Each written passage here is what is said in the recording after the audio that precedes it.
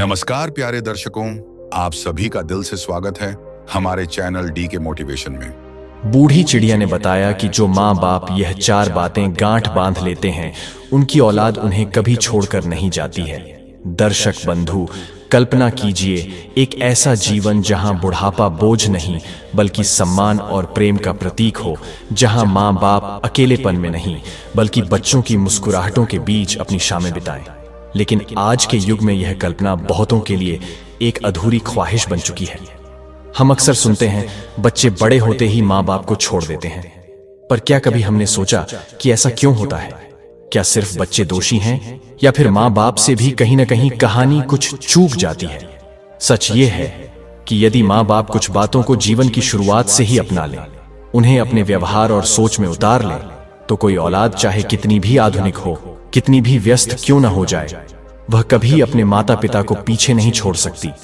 ये बातें साधारण लगती हैं, लेकिन इन्हीं में छुपा है बुढ़ापे का सच्चा सहारा, परिवार का असली जुड़ाव और बच्चों के दिल में स्थायी जगह पाने का मंत्र। जो माँ बाप इन बातों को गांठ बांध लेते हैं, उनका घर बुढ़ापे में भी मंदिर बन जाता है, जहां प्यार, सेवा और सम्मान कभी खत्म नहीं होते। तो आइए जानते हैं वे 4 अमूल्य बातें जिन्हें माँ बाप अगर समय रहते समझ लें तो उनके जीवन में अकेलापन नहीं, अपनों का स्नेह मिलेगा और औलादें दूर नहीं, हमेशा उनके साथ खड़ी रहेंगी। दर्शक बंधु, आपका समय नष्ट किए बिना एक कथा के माध्यम से जानते हैं उन 4 सीखों को। तो चलिए अब श्री हरि की कृपा से कथा आरंभ करते हैं। श्यामलाल जी ने जब देखा कि घर में बस 100 रुपए ही बचे हैं, तो उसी को प्रभु का प्रसाद समझकर जेब में रखा और एक थैला उठाकर सब्जी मंडी की ओर निकल पड़े। जाते जाते उन्होंने अपनी जीवन संगिनी माधवी को पुकारा। माधवी, दरवाजा ठीक से बंद कर लेना, मैं सब्जी लेकर आता हूं। भीतर से माधवी ने सहज भाव से कहा, ठीक है, पर हरी मिर्च और धनिया पत्ती जरूर लाना, भूल मत जाना। श्यामलाल जी के कदम तो सड़क पर थे, पर मन प्रभु के चरणों में डूबा हुआ था। मन में असमंजस था, चिंता का भार था। सोचते सोचते मंडी पहुंच गए। दीनदयाल, जो वर्षों से उन्हें सब्जी देता आया था, उन्हें देखकर बोला, अरे श्याम बाबू, आज बड़े दिनों बाद दर्शन हुए आपके। पहले तो आप हर हफ्ते पधारते थे। श्यामलाल जी ने हल्की मुस्कान के साथ उत्तर दिया, अब क्या दीनदयाल, 2 बुजुर्ग प्राणी हैं, कितना खा पाएंगे? और महंगाई भी तो प्रभु की लीला बन चुकी है, दिन ब दिन बढ़ रही है। बिल्कुल बाबूजी, दीनदयाल ने श्रद्धा से कहा, बताइए आज क्या क्या दूं आपको? श्यामलाल जी ने ध्यान लगाकर सोचा, फिर बोले, आधा किलो आलू, आधा किलो प्याज और थोड़ा सा टमाटर दे दो, साथ में थोड़ी सी धनिया पत्ती और हरी मिर्च भी डाल देना। दीनदयाल ने सब कुछ तोल कर सौंपते हुए कहा, बाबूजी, सब्जियों के साथ धनिया मिर्च मिलाकर 50 रुपए हुए। श्यामलाल जी ने संकोच से भरी निगाहों से देखा और अपने कुर्ते की जेब से 100 का नोट निकालकर बोले, यह लो बेटा, 100 ही रख लो।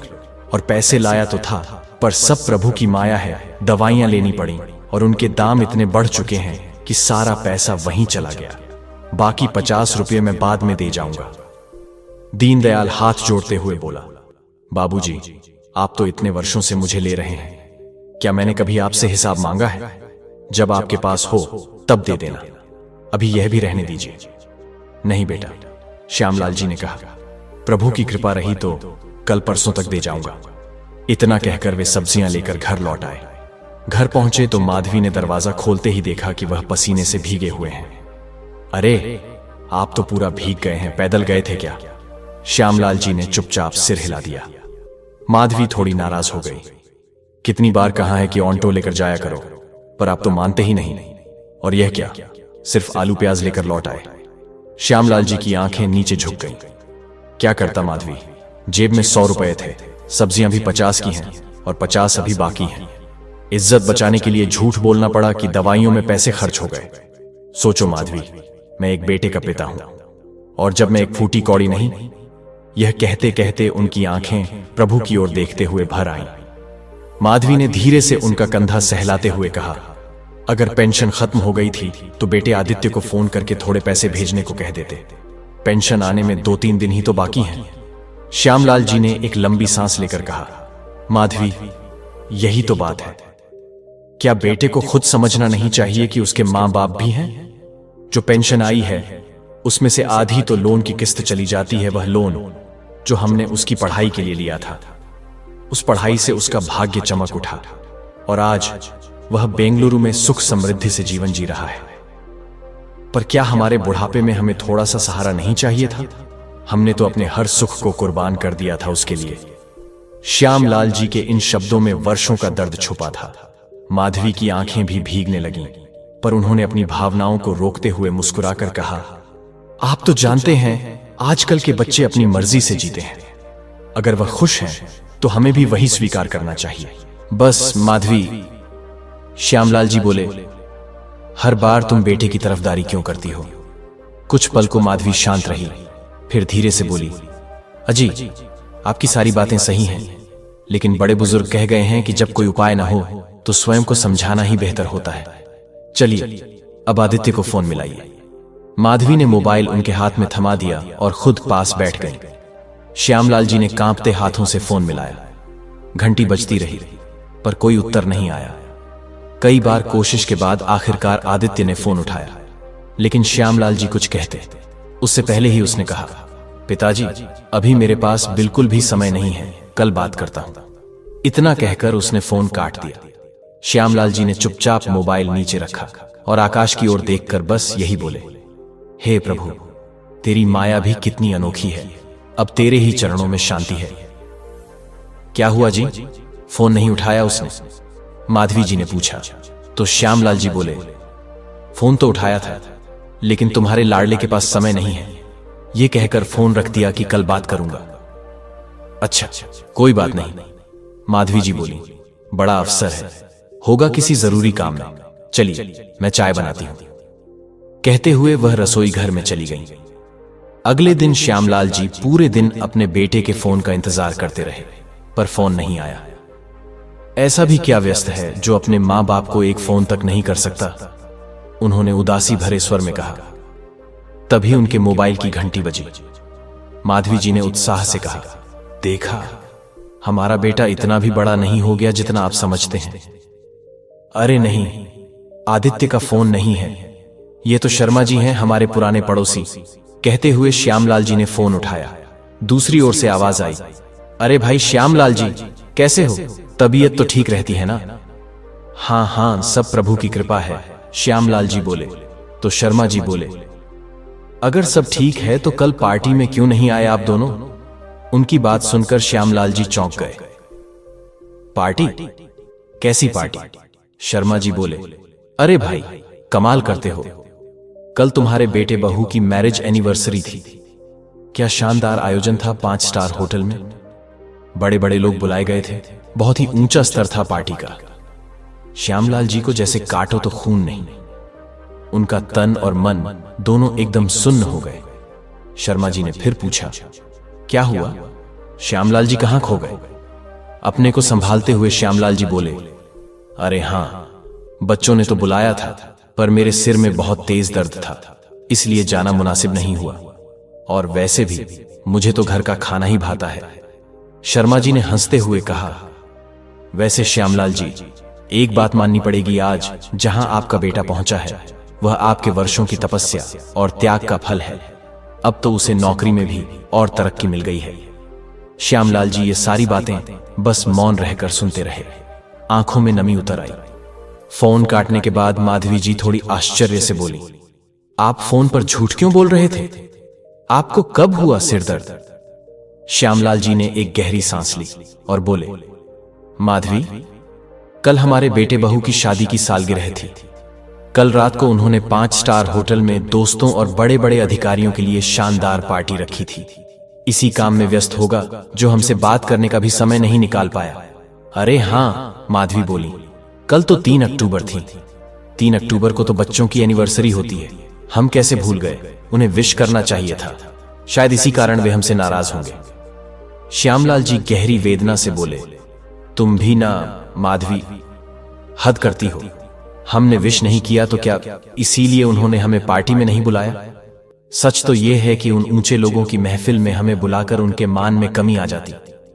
शर्मा जी बता रहे थे कि शहर के बहुत रसूखदार लोग आए थे।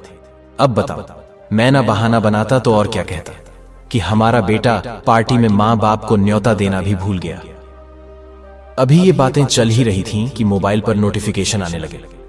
देखा तो शर्मा जी ने रात की पार्टी की कुछ तस्वीरें और वीडियो भेजे थे। जैसे ही तस्वीरें और वीडियो देखी, दोनों पति पत्नी का दिल कांप गया।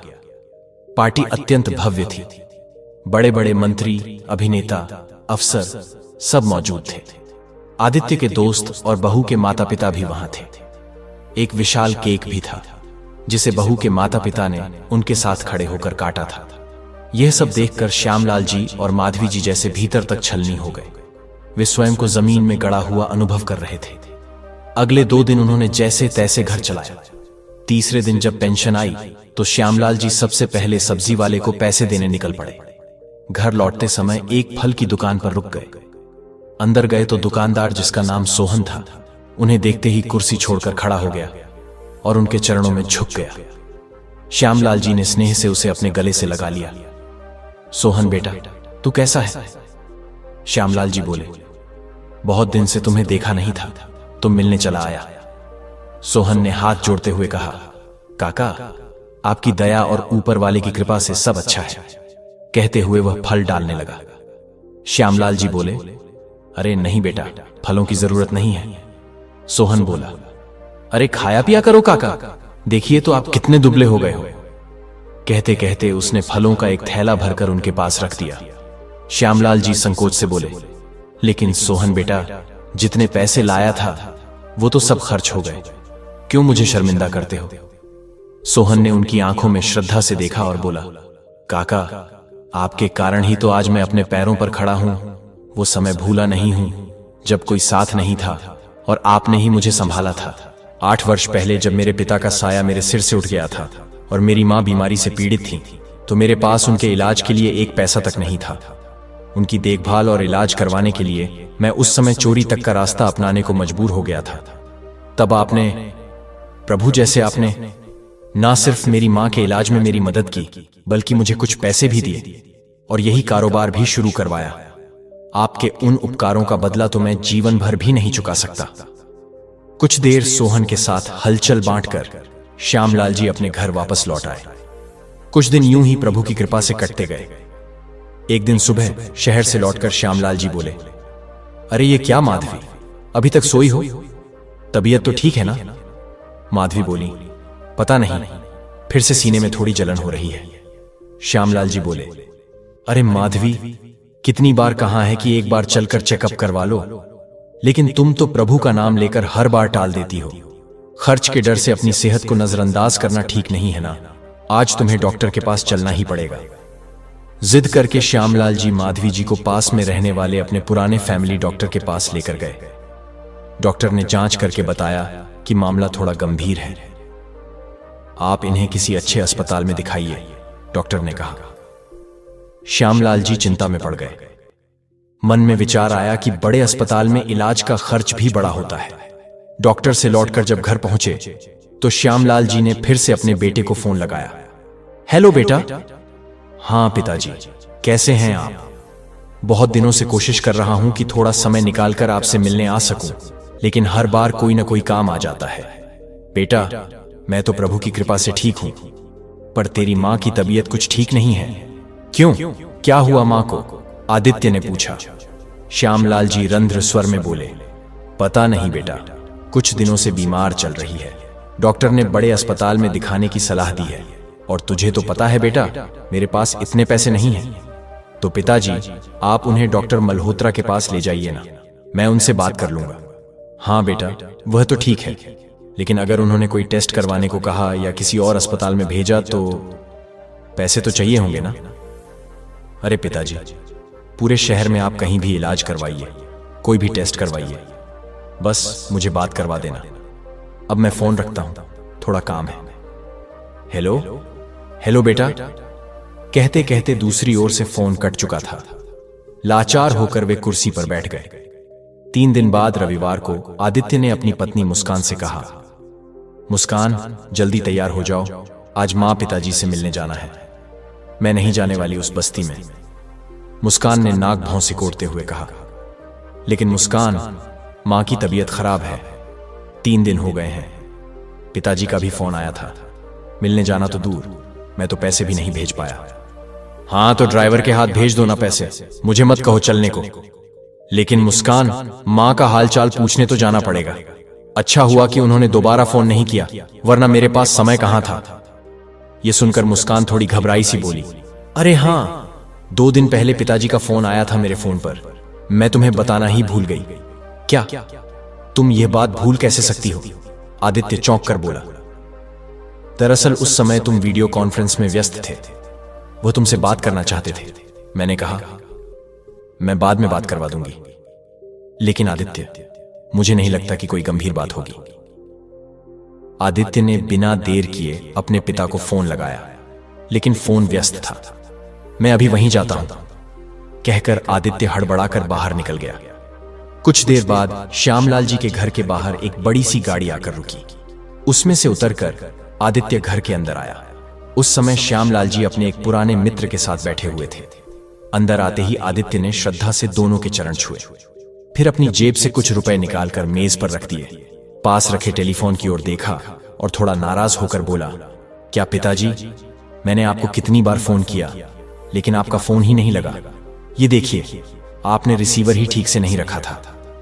श्यामलाल जी ने शांत भाव से कहा, अच्छा बेटा, और मैं तुम्हें 2 दिनों से फोन कर रहा था, उसका क्या? अरे पिताजी, क्या बताऊं, मैं कितना व्यस्त था। जब आपका फोन आया उस समय मैं माननीय मुख्यमंत्री जी के साथ वीडियो कॉल पर था। लेकिन आपने दोबारा फोन क्यों नहीं किया? बेटा, मैंने एक बार नहीं, कम से कम 10 बार फोन किया था तुम्हारी बहू के मोबाइल पर भी। यकीन नहीं आता तो देख लो मेरा मोबाइल। अच्छा, शायद उसका फोन स्विच ऑन पर होगा। चलिए छोड़िए सब बातें, आप ये मिठाई खाइए। अब आपके बेटे की तरक्की हो चुकी है, मैं अब कैबिनेट सेक्रेटरी बन गया हूं। लीजिएगा काका, आप भी खाइए। मां, जल्दी बाहर आओ, मैं आपकी फेवरेट मिठाई लाया हूं, बहुत बड़ी खुशखबरी है। श्यामलाल जी ने गंभीर स्वर में कहा, रहने दे बेटा, तुम्हारी मां अब इस संसार में नहीं रही। यह सुनकर आदित्य स्तब्ध रह गया, जैसे उसका पूरा शरीर जड़ हो गया हो। श्यामलाल जी की आंखों से आंसू बहते हुए बोले, सिर्फ तुम्हारी लापरवाही के कारण मेरी माधवी हमेशा के लिए चली गई। क्या ये क्या कह रहे हैं आप? आदित्य जोर से चिल्लाया। तभी श्यामलाल जी के मित्र भूषण जी ने धीरे से कहा, बेटा, तुम्हारे पिताजी ने डॉक्टर मल्होत्रा से सलाह ली थी। उन्होंने किसी अच्छे अस्पताल में दिखाने को कहा था, लेकिन बिना पैसों के तुम्हारी मां को एडमिट तक नहीं किया गया। तुम्हारा यह वृद्ध पिता डॉक्टरों के सामने गिड़गिड़ाता रहा, पर किसी ने इलाज शुरू नहीं किया। यह सब सुनकर आदित्य का कलेजा कांप उठा। वह फर्श पर बैठ गया और सिर पकड़कर रोने लगा। मेरी मां मेरी ही लापरवाही से चली गई। कांपते स्वर में आदित्य बोला, और मां का अंतिम संस्कार? श्यामलाल जी बोले, अंतिम संस्कार परसों ही हो गया था बेटा। रोते हुए आदित्य बोला, आपने मुझे बताया तक नहीं, ऐसा क्यों किया आपने? श्यामलाल जी ने गहरी सांस लेते हुए कहा, बेटा, मेरे पास यहां बहुत लोग हैं जो मेरे साथ खड़े थे। तुम अपने घर जाओ, जरूरत के समय अगर तुम यहां होते तो आज माधवी हमारे साथ होती।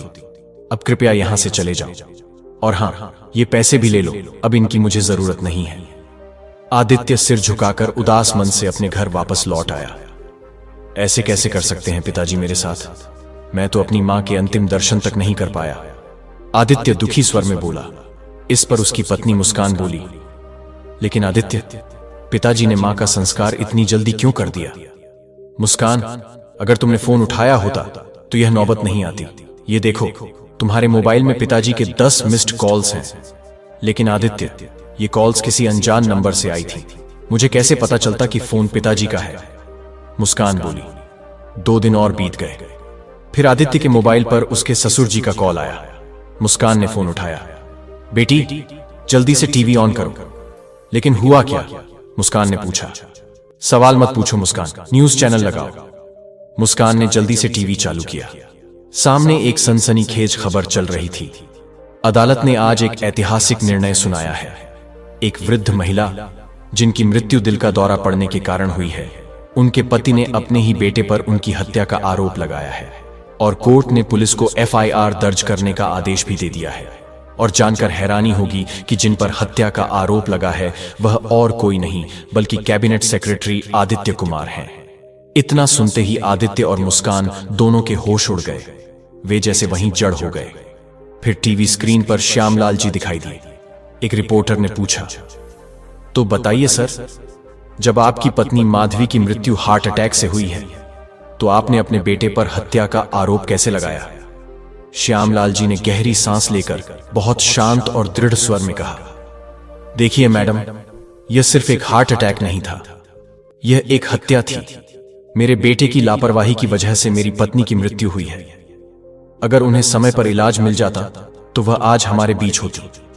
मेरा मानना है कि आज इस संसार में बहुत से बुजुर्ग ऐसे ही हालातों से गुजरते हैं और मैं इस बात के लिए माननीय कोर्ट का आभारी हूं कि उन्होंने मुझे यह अवसर दिया कि मैं उन सभी बुजुर्गों की आवाज बन सकूं।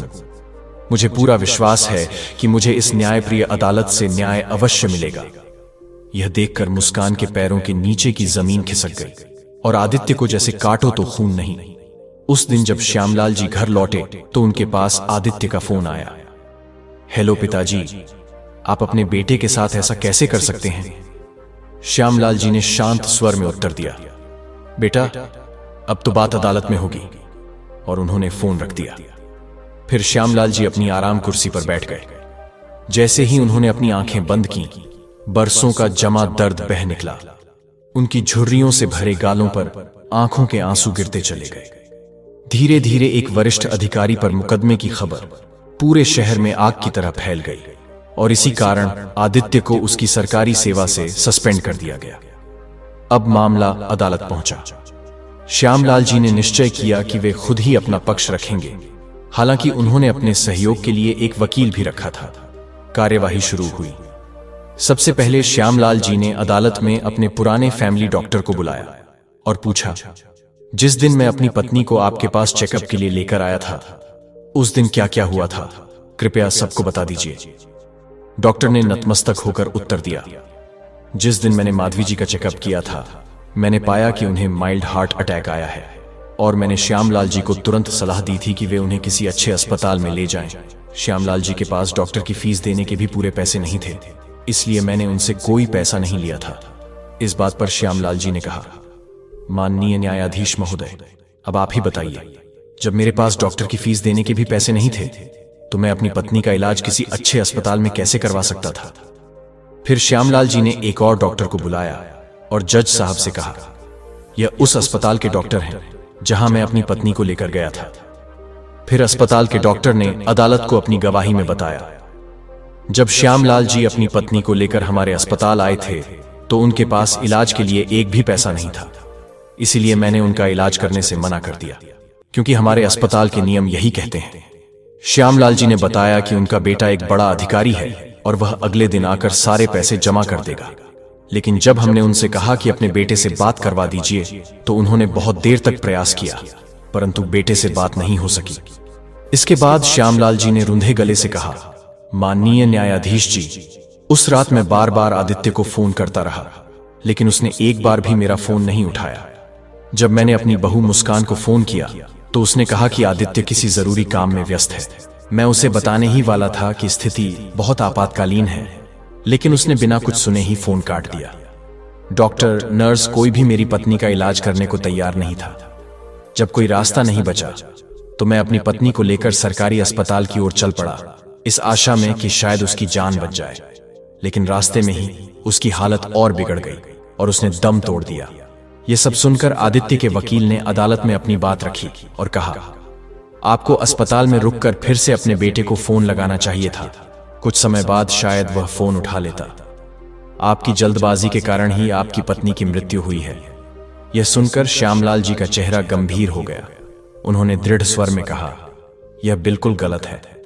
माननीय न्यायाधीश जी, आप डॉक्टर से पूछिए कि मैंने वहां कितनी देर तक इंतजार किया, कितनी बार अपने बेटे को फोन लगाया। जब कहीं से कोई सहारा नहीं मिला तब मैं अपनी पत्नी को लेकर सरकारी अस्पताल जा रहा था, यह सोचकर कि शायद उसकी जान बच जाए। अगर मैं और प्रतीक्षा करता तो फर्क बस इतना होता कि मेरी पत्नी सड़क की जगह अस्पताल में अंतिम सांस लेती। पर उसकी मृत्यु तो निश्चित हो ही गई थी।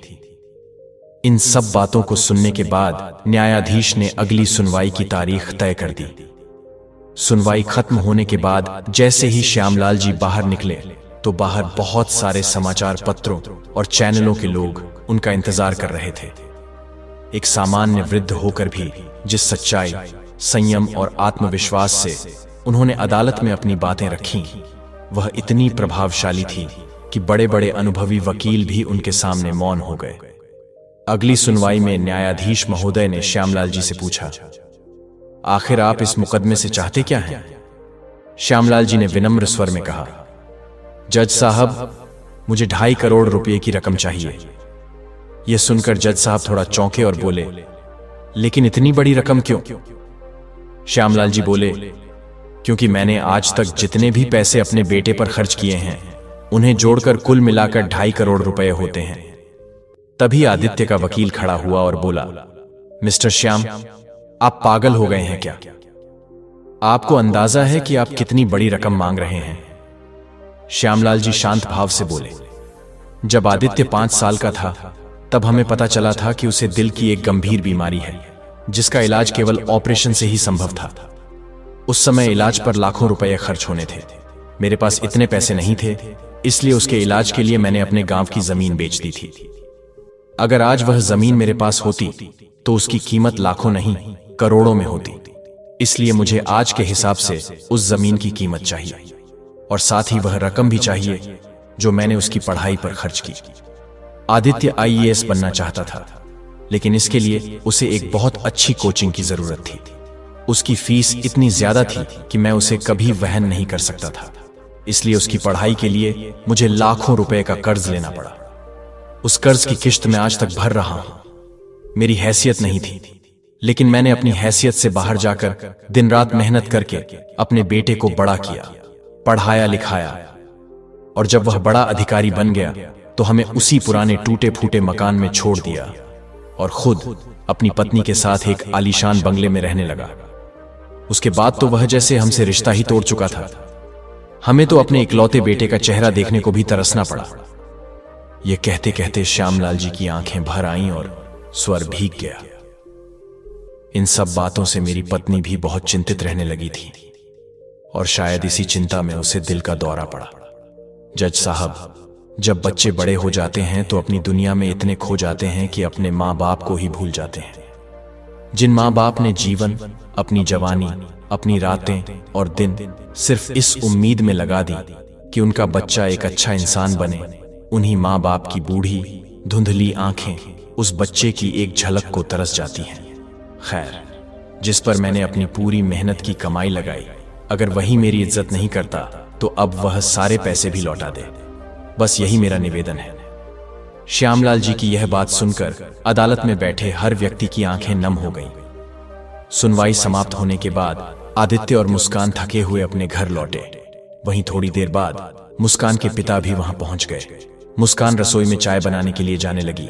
तभी आदित्य ने धीरे से कहा, मुस्कान, सच सच बताओ, क्या तुम्हें पता था कि उस अनजान नंबर से पिताजी ही फोन कर रहे थे?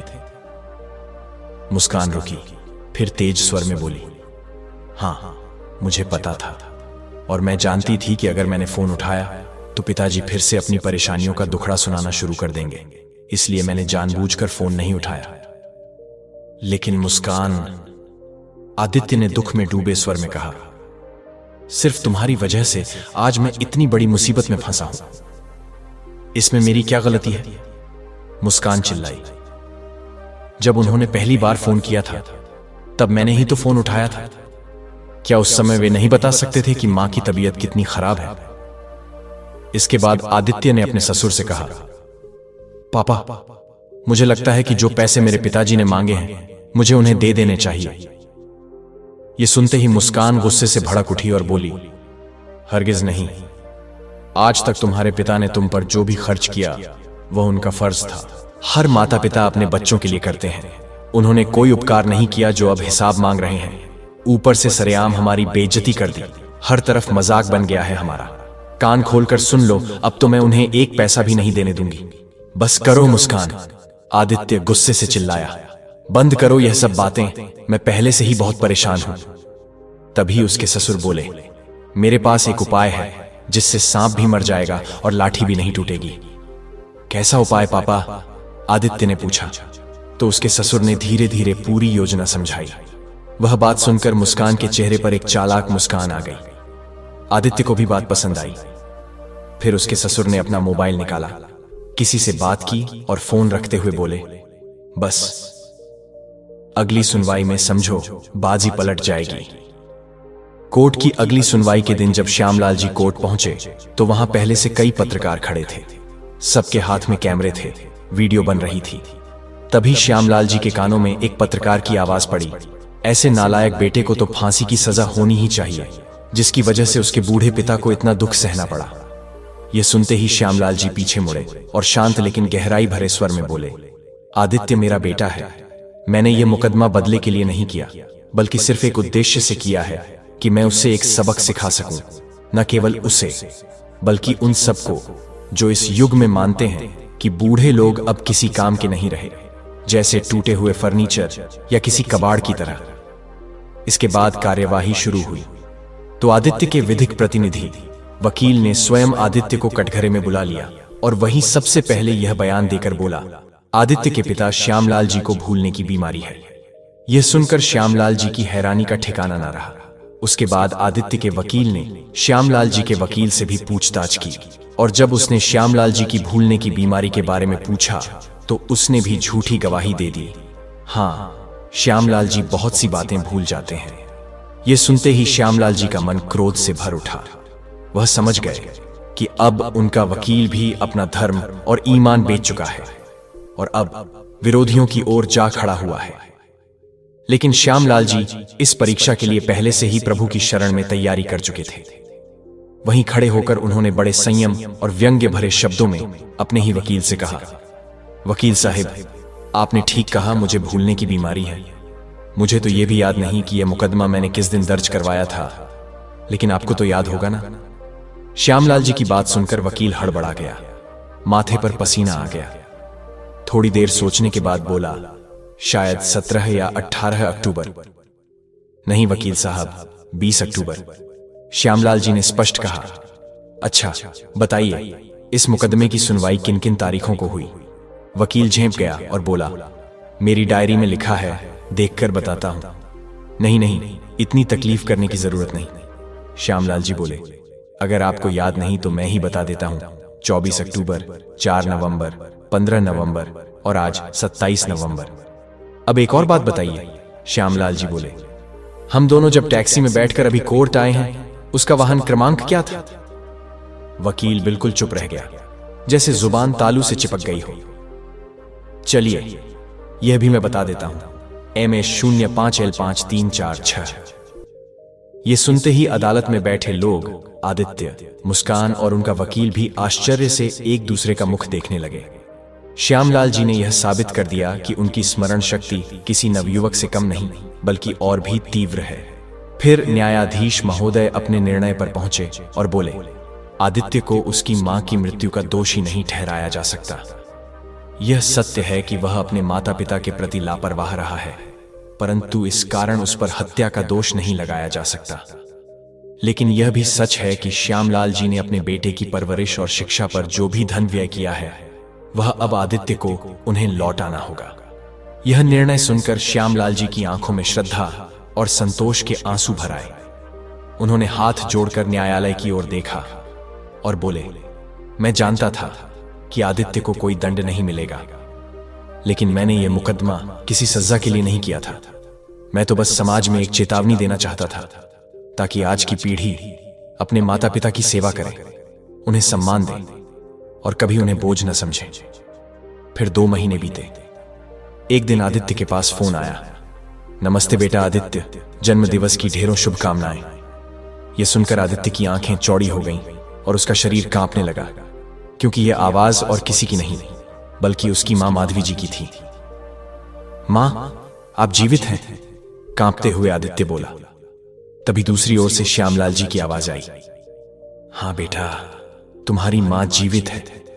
वह हमें छोड़कर कहीं नहीं गई थी। मैंने ही संसार के सामने असत्य कहा था। यह सुनकर आदित्य की आंखों से भावनाओं से भरे आंसू बहने लगे। सामने खड़ी मुस्कान को समझ ही नहीं आ रहा था कि आखिर हो क्या रहा है। जब आदित्य ने फोन रखा और सच्चाई बताई तो मुस्कान का चेहरा क्रोध से लाल हो गया।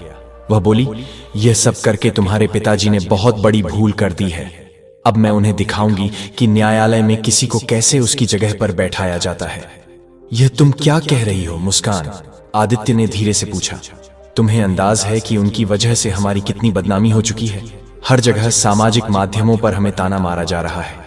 जब भी घर से बाहर निकलती हूं, लोग मुझे देखकर बातें बनाते हैं। अब तो बाहर जाना भी कठिन हो गया है। अब मैं उन्हें कारावास भिजवाकर ही चैन लूंगी। देखो मुस्कान, शांत हो जाओ, आदित्य ने कहा। बिल्कुल नहीं, अब तुम बस देखते जाओ कि मैं क्या करती हूं। यह कहकर मुस्कान ने अपने पिता को फोन किया। अगले ही दिन पुलिस श्यामलाल जी को पकड़कर ले गई और मुकदमे को पुनः खोला गया। जैसे ही पुलिस उन्हें सुनवाई के लिए न्यायालय लेकर आई तो बाहर खड़े मीडिया प्रतिनिधियों ने पूछा, बाबा, आपने यह सब क्यों किया? आप पर तो सबको बहुत विश्वास था। श्यामलाल जी ने मुस्कुराकर शांत स्वर में कहा, मैंने कुछ भी गलत नहीं किया। सुनवाई के दौरान जब न्यायाधीश महोदय ने पूरी सच्चाई पूछी तो श्यामलाल जी ने कहना प्रारंभ किया, जब मेरी पत्नी को एक अस्पताल में उपचार देने से मना कर दिया गया तो मैं उसे लेकर पैदल ही दूसरे चिकित्सालय की ओर निकला। उस समय माधवी पूरी तरह बेसुध हो चुकी थी। रास्ते में मैंने सोहन को फोन किया, वह सोहन जिसे मैंने बरसों पहले थोड़ी सी मदद दी थी। सोहन ने बिना देरी किए मदद की। वह तुरंत पहुंचा, अस्पताल में पैसे जमा करवाए और मेरी पत्नी का इलाज शुरू हो गया। दूसरे दिन जब उसे अस्पताल से छुट्टी मिली तो मैंने उसे सोहन के साथ उसके घर भेज दिया। लेकिन आदित्य से मैं आज भी नाराज था, क्योंकि अगर वह समय पर चाहता तो उसकी मां की जान जोखिम में नहीं पड़ती। मैंने उसे सबक सिखाने के लिए ही एक झूठा मृत्यु प्रमाण पत्र बनवाया ताकि अदालत में मुकदमा चलाया जा सके। यह सारी बात सुनकर मुस्कान का गुस्सा और बढ़ गया। वह कटघरे में खड़ी होकर बोली, देखिए जज साहब, अब सब कुछ बिल्कुल साफ हो चुका है। अपने ही बेटे बहू से इतनी नफरत, पूरे समाज में हमारी प्रतिष्ठा का अपमान हुआ है। मैं आपसे हाथ जोड़कर प्रार्थना करती हूं कि इन्हें उचित दंड दीजिए और जो पैसे इन्होंने झूठ बोलकर लिए हैं वह ब्याज सहित हमें वापस दिलवाइए। माधवी जी, जो अदालत में बैठकर सब कुछ सुन रही थीं, अब चुप नहीं रह सकी।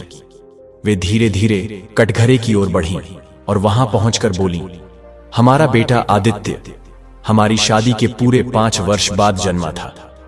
उसे पाने के लिए मैंने कितने व्रत किए, कितनी पूजा की, हर देवता से मन्नत मांगी। तब कहीं जाकर प्रभु ने हमारी पुकार सुनी और आदित्य जैसा रत्न हमें दिया।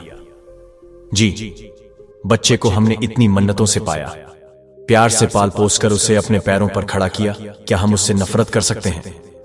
बेटा ऑफिसर बन गया, हमसे दूर हो गया, पर हमारा स्नेह, हमारा वात्सल्य कभी कम नहीं हुआ। यह सुनकर आदित्य की आंखें भर आईं, आंसू खुद ब खुद गिरने लगे। फिर माधवी जी बोली, जहां तक बहू की बात है, आदित्य फिर भी 6 महीने में एक बार मिलने आ जाता था, लेकिन बहू तो कभी उसके साथ नहीं आई। बेसन के लड्डू, देसी घी की पिनियां, नारियल की बर्फी, सब कुछ उसे पसंद था। मैं बड़े प्रेम से बनाकर भेजती थी। 1 साल पहले बहू बहुत बीमार पड़ी थी, इतनी कि जीवन मरण का प्रश्न बन गया था। तब उसके ससुर जी नंगे पांव त्र्यंबकेश्वर मंदिर तक गए थे और वहां बैठकर ईश्वर से बहू की सलामती की प्रार्थना की थी। और आज वही बहू कहती है कि हम उससे नफरत करते हैं। माधवी जी ने मुस्कान की ओर देखकर कहा, मुस्कान बहू, जिन रुपयों की बात तुम बार बार कर रही हो, उनमें से अब 1 भी रुपया तुम्हारे ससुर जी के नाम पर नहीं है। यहां तक कि उन्होंने तो अपना बस्ती वाला मकान तक बेच दिया है। यह सुनकर मुस्कान का वकील चिल्ला उठा, यह सब झूठ है, ऐसा हो ही नहीं सकता। अगर उन्होंने इतने पैसे खर्च किए हैं तो वह कहां गए? माधवी जी शांत भाव से बोली, यह सब सत्य है। मेरे पति ने उन रुपयों से एक बड़ा वृद्धाश्रम बनवाया है, जहां वे बुजुर्ग लोग रहते हैं जिन्हें उनकी संतान ने त्याग दिया है। वे चाहते थे कि उन बुजुर्गों की संध्या बेला आनंदमय हो, उन्हें सेवा मिले, सम्मान मिले। उन्हें पहले से ही पता था कि जो उन्होंने किया वह कानूनन सही नहीं था, लेकिन वे यह जानते थे कि एक दिन सच्चाई सबके सामने आएगी उनका उद्देश्य था पूरे समाज को वह पीड़ा दिखाना जिससे हजारों माता पिता गुजरते हैं, और आज वे अपने इस उद्देश्य में सफल हो चुके हैं। यह सब सुनकर अदालत में बैठे लोग भावुक हो गए और तालियों की गूंज उठने लगी। शायद मुस्कान के कठोर मन में भी कुछ परिवर्तन हुआ। वह खड़ी हुई और बोली, जज साहब, मैं अपना केस वापस लेती हूं। और वह कोर्ट से बाहर चली गई। फिर न्यायाधीश बोले, केस तो वापस ले लिया गया है, लेकिन श्यामलाल जी ने जो झूठा दस्तावेज बनाया वह अपराध की श्रेणी में आता है, इसीलिए अदालत उन्हें 3 महीने की सजा सुनाती है। श्यामलाल जी ने झुककर सजा स्वीकार कर ली, और जब 3 महीने बाद वे जेल से बाहर निकले तो सीधे अपने वृद्धाश्रम पहुंच गए। कुछ दिन बाद उनका बेटा और बहू वहां आए, उनसे माफी मांगी और कहा, बाबूजी, अब सब कुछ भुला दीजिए, हमारे साथ घर चलिए। श्यामलाल जी ने उन्हें दिल से माफ कर दिया, लेकिन बड़े शांत स्वर में कहा, बेटा, मैंने अब अपना जीवन ईश्वर की सेवा और उन लोगों के बीच बिताने का संकल्प लिया है जिनके पास कोई नहीं। कुछ दिन बाद वही जज साहब भी उनके वृद्धाश्रम पधारे जिन्होंने श्यामलाल जी का मुकदमा सुना था। वृद्धाश्रम का वातावरण देखकर वह बहुत प्रभावित हुए। वहां बीमार बुजुर्गों के लिए डॉक्टर और नर्स की व्यवस्था थी। सभी सेवक उन्हें अपने परिवार जैसा स्नेह दे रहे थे। जैसे ही श्यामलाल जी ने उन्हें देखा तो वह चौंक गए। जज साहब ने हाथ जोड़कर कहा, श्यामलाल जी, मैं आपको धन्यवाद देने आया हूं। मेरा बेटा बेंगलुरु में नौकरी करता है, महीने में एक बार मुश्किल से फोन करता था, लेकिन जब से आपका केस पूरे देश में सामने आया है, वह दिन में 2 बार मुझे फोन करता है और हर सप्ताह अपने परिवार के साथ मिलने भी आता है।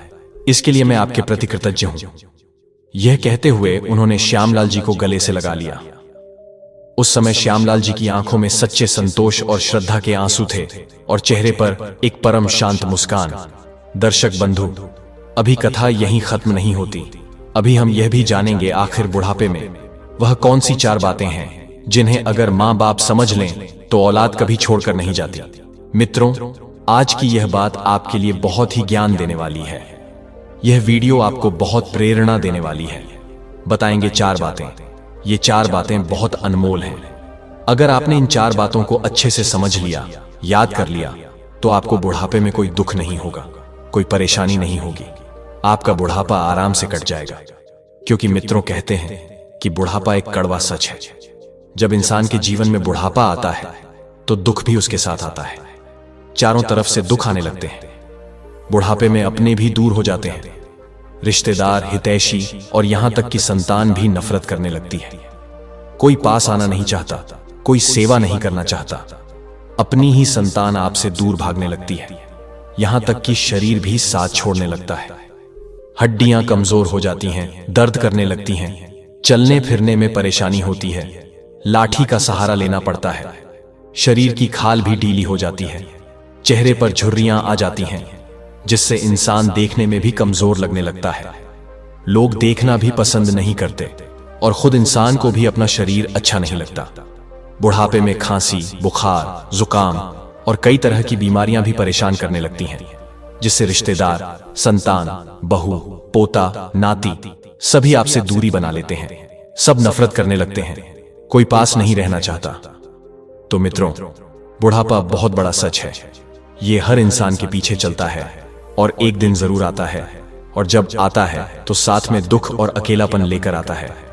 इसीलिए मित्रों, इस वीडियो को शुरू से अंत तक जरूर सुनना। यह बहुत काम की है। इसमें हम आपको बताएंगे वह 4 बातें जो अगर आपने समझ ली तो बुढ़ापा भी आराम से कट जाएगा। आपके घर में कोई लड़ाई नहीं होगी, कोई कलह नहीं होगी। तो चलिए मित्रों, अब ज्यादा समय न लेते हुए जानते हैं वह 4 अनमोल बातें। बस आप हमारी वीडियो के अंत तक साथ बने रहिए।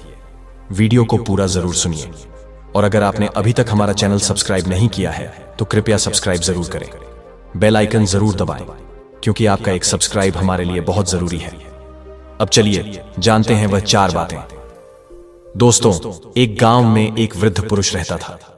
वह बहुत अच्छे और सरल स्वभाव का था। उसकी जवानी बहुत अच्छे से कटी। उसने पैसा भी कमाया, लोगों की मदद भी की, धर्म और पुण्य भी किया। उसका यौवन बहुत अच्छे से बीता, और जब उसी पर बुढ़ापा आया तो उसका शरीर साथ छोड़ने लगा। उसका शरीर कमजोर हो चुका था। बीमारियों ने उसको चारों ओर से घेर लिया था। मित्रों, इस वजह से उसके जो घर वाले थे, उसके पुत्र, उसकी पुत्रवधू, सब उससे घृणा कर रहे थे, उससे दूर भागते थे, उसकी सेवा करना नहीं चाहते थे। उस वृद्ध सज्जन के लिए रहने की व्यवस्था अपने घर से दूर एक कमरे में कर दी गई थी, जहां वह बेचारा बीमारियों से घिरा हुआ पीड़ित होकर रह रहा था। उसके लिए समय पर ना तो भोजन मिलता और ना ही समय पर उसको पानी मिलता। कभी कभी वह भूखा रह जाता, कभी पानी के लिए तड़पता। आवाज भी लगाता लगाता थक जाता, आवाज बंद भी हो जाती, लेकिन उसकी आवाज कोई नहीं सुनता था, अर्थात उसे पानी देने के लिए समय पर कोई नहीं पहुंचता था। और जब ज्यादा चिल्लाता तो कोई ना कोई उसे दूर से ही पानी दे देता था, दूर से ही भोजन दे देता था। और बाद में उसके पुत्र और उसकी पुत्रवधुएं उसे घृणा करते थे और यह भी कहते थे, यह बुढ़ा पता नहीं कब मरेगा। इस तरह की बातें जब वह सुनता था तो उसकी आंखों से आंसू आते थे। वह बहुत रोता था, विचार करता था, मैंने इनके लिए जीवन में क्या नहीं किया। मैंने अपनी संतानों के लिए, अपनी पुत्रवधुओं के लिए बहुत कुछ किया है जिंदगी में, लेकिन इतना करने के बावजूद भी हमारी संतान हमसे घृणा कर रही है, हमारी पुत्रवधुएं हमसे दूर भाग रही हैं और पीछे पीछे हमारे लिए गालियां भी दे रही हैं और सामने भी बड़बड़ा रही हैं। इससे बड़ा दुख हमारे लिए जीवन में क्या होगा। यह सोचकर वह बहुत दुखी होता। वह सज्जन व्यक्ति जो बहुत ही वृद्ध हो चुका था, आंखों में आंसू भरकर बहुत रोता था। अनुभव करता था कि हे भगवान, मैंने जिंदगी में अपने बच्चों के लिए सब कुछ किया और फिर भी हमारी जिंदगी में यह दशा। हमारे बच्चे यह कर रहे हैं, हमारी पुत्रवधुएं हमारे साथ यह सलूक कर रही हैं। क्या हमने किसी जन्म में ऐसे पाप किए थे जो हमारा यह हाल हो रहा है। इस तरह का विचार बनाकर वह भगवान से शिकायत करता था। और भक्तों, एक दिन वह व्यक्ति अपने बुढ़ापे से दुखी होकर अपने परिवार की कलह को देखकर घर से निकल पड़ता है और एक संत जी के आश्रम पर पहुंच जाता है, जहां संत जी बैठे हुए थे। संत के आश्रम पर जब पहुंचा तो वहां स्वामी जी को प्रणाम किया और उनके चरणों में गिर गया। हाथ जोड़कर प्रार्थना करने लगा, महाराज, आप मुझे गुरु बताने की कृपा करें, या आप ही मुझे अपना शिष्य बना लें, ताकि मैं अपना शेष जीवन परिवार में रहते हुए प्रभु की भक्ति करते हुए सम्मानजनक ढंग से बिता सकूं। क्योंकि मैं अपने परिवार को छोड़ना नहीं चाहता। मैं अपनी संतान से, अपनी पुत्रवधुओं से, अपने परिवार से बहुत प्रेम करता हूं और हमारा परिवार हमसे दूर भाग रहा है। मेरी खुद की संतानें, मेरी पुत्रवधुएं, मेरे नाती पोते सब हमसे घृणा करते हैं और मैं उनसे प्रेम करता हूं। मैं उनके बगैर नहीं रह सकता हूं। हे महाराज, हमें कोई ऐसा गुरु बताएं जिसके आशीर्वाद से हम अपना बुढ़ापा चैन से गुजार सकें। वह सज्जन यही चाहता था कि हमारी संतानें और हमारे बच्चे हमसे प्रेम करें और हमारा जो बुढ़ापे का बाकी जीवन है वह महाराज चैन से कट जाए। जब स्वामी जी ने उस वृद्ध सज्जन की बातों को सुना तो वे मुस्कुराए। उनकी आंखों में करुणा थी और कहने लगे, लगता है आप अपने बुढ़ापे से बहुत परेशान हैं, जिंदगी से तंग आ चुके हैं, इसीलिए हमारे पास यहां आए हैं। लेकिन आप घबराइए नहीं, मैं आपको 4 बातें बताऊंगा। अगर आप इन बातों का पालन करेंगे तो आपके परिवार में कभी झगड़ा नहीं होगा, कभी कलह नहीं होगी। आपका परिवार आपसे प्रेम करेगा, आपके बच्चे, आपकी पुत्रवधुएं सब आपसे प्रेम करेंगी और आप हमेशा अपने परिवार के प्रिय बने रहेंगे। यह सुनकर वृद्ध सज्जन के मुख पर आशा की झलक आई। उन्होंने हाथ जोड़कर निवेदन किया, भगवान, कृपा करके हमें वही 4 बातें बताएं। मैं उनका पालन पूरी श्रद्धा से करूंगा ताकि मैं अपने परिवार का प्रिय बना रहूं, क्योंकि मैं अपने परिवार से बहुत प्रेम करता हूं और शेष जीवन अपने परिवार में ही चैन से बिताना चाहता हूं। फिर स्वामी जी ने उन्हें बैठाया, प्रेम पूर्वक देखा और सहज स्वर में समझाने लगे। पहली बात, स्वामी बोले, बुढ़ापे में निकम्मा बनकर नहीं रहना चाहिए। यह वृद्धावस्था हर मनुष्य के पीछे लगी रहती है, लेकिन कुछ लोग जब बूढ़े हो जाते हैं तो बस बैठे रहते हैं, कुछ नहीं करते। जो भी कार्य नीचे स्तर का होता है वही करते हैं, शिकायतें करते हैं, बुराइयां करते हैं। ऐसा करने से परिवार के लोग उनका सम्मान नहीं करते बल्कि उनसे दूर हो जाते हैं। इसलिए हे भाई, बुढ़ापे में निकम्मा न बनो। जितना बन सके, जितना समर्थ हो, कोई ना कोई काम जरूर करते रहो। अगर काम नहीं करोगे, बस खाते रहोगे, तो परिवार वाले तुमसे ऊब जाएंगे, घृणा करने लगेंगे। लेकिन अगर काम करते रहोगे तो लोग समझेंगे कि आप काम के हैं, आपसे कुछ सीखा जा सकता है। दूसरी बात, संत बोले कम बोलो। जितना कम बोलोगे उतना अधिक लोग आपकी इज्जत करेंगे। अगर बात बात पर बोलोगे, बच्चों को डांटोगे, पुत्र और पुत्र वधुओं को ताने दोगे, तो धीरे धीरे सब आपसे दूर हो जाएंगे। वे आपकी कोई बात नहीं सुनेंगे, आपकी कोई बात मानेंगे नहीं, और इससे आपको बुढ़ापे में बहुत कष्ट होगा। न समय पर भोजन मिलेगा, न सेवा। इसीलिए जितना कम बोल सको उतना बोलो। यही तरीका है जिससे शक्ति भी बचती है और शांति भी बनी रहती है। तीसरी बात, स्वामी जी ने गहराई से कहा, बिना मांगे सलाह मत देना। अगर कोई आपसे कुछ पूछे नहीं और आप अपने आप ही सलाह देने लगो तो आपकी बात का कोई महत्व नहीं रहेगा। वह व्यक्ति आपके पास दोबारा नहीं आएगा, क्योंकि आपने उसकी बात सुनी ही नहीं और अपने मन की बात कह दी। वह सोचने लगेगा, यह तो अपनी ही कहते हैं, मेरी सुनते नहीं। तब कोई आपसे न सलाह लेगा, न ही सम्मान से देखेगा, और फिर आपको दुख होगा कि सब आपसे पराया जैसा व्यवहार कर रहे हैं। चौथी बात, सबसे महत्वपूर्ण, सहने की आदत डालिए। मेरे भाई, बुढ़ापा तो सबके पीछे लगा हुआ है और एक दिन यह बुढ़ापा सबको घेरता है। इसीलिए बुढ़ापे में कष्ट भी होते हैं, दुख भी होते हैं। उन कष्टों को, उन दुखों को और परेशानियों को सहने की आदत डालो, चाहे कुछ भी हो जाए। लेकिन यह सोच लो कि अगर परेशानी झेलने के लिए ना आती तो हम पर बुढ़ापा ही नहीं आता। इसलिए हमेशा परेशानी को सहने की आदत डाल लो। ऐसे ही चलना ही परिवार को साथ रखने का प्रमुख माध्यम होता है। स्वामी जी बोले, यह हमारी 4 महत्वपूर्ण बातें थीं। अगर ये 4 बातें आपने अपने जीवन में उतार लीं और इसका सही तरीके से पालन कर लिया और संकल्प कर लिया कि हम इन 4 बातों का पालन करेंगे, तो हमें उम्मीद है और पूर्ण विश्वास है कि आपका बुढ़ापा सही तरीके से गुजर जाएगा और आपके लिए बुढ़ापे में कोई कष्ट नहीं होगा। आपके परिवार के लोग आपसे कलह और घृणा नहीं करेंगे, आपकी समय पर सेवा करेंगे, भोजन देंगे, पानी देंगे, बीमारी और इलाज में आपकी मदद करेंगे, समय से दवाई भी देंगे। तो इसीलिए मित्रों, ये 4 बातें बहुत ही अनमोल हैं, जो आपको यह प्रेरणा देती हैं कि इन 4 बातों का हमेशा पालन करना। ये आपको बुढ़ापे में कोई दुख और परेशानी नहीं आने देंगी और आपका बुढ़ापा सही तरीके से गुजर जाएगा। तो मित्रों, यही 4 अनमोल बातें थीं जो एक संत ने उस वृद्ध सज्जन को बताई, और उन 4 बातों को प्राप्त करने के बाद में वह सज्जन वृद्ध चला आता है और 4 बातों का सही तरीके से पालन करने लगता है। धीरे धीरे उसके परिवार के लोग उससे हित और प्रेम करने लगते हैं, अर्थात उसका बचा हुआ जीवन जो शेष था वह सही तरीके से गुजर जाता है। तो मित्रों, कैसी लगी ये ज्ञानवर्धक 4 बातें? अगर ये 4 बातें आपको अच्छी लगी हैं तो कमेंट बॉक्स में अपनी राय जरूर देना, और हो सके तो अपने मित्रों के साथ शेयर कर देना। फिर मिलेंगे अगली वीडियो में किसी नई ज्ञान चर्चा के साथ। तब तक के लिए राधे राधे, जय श्री कृष्ण।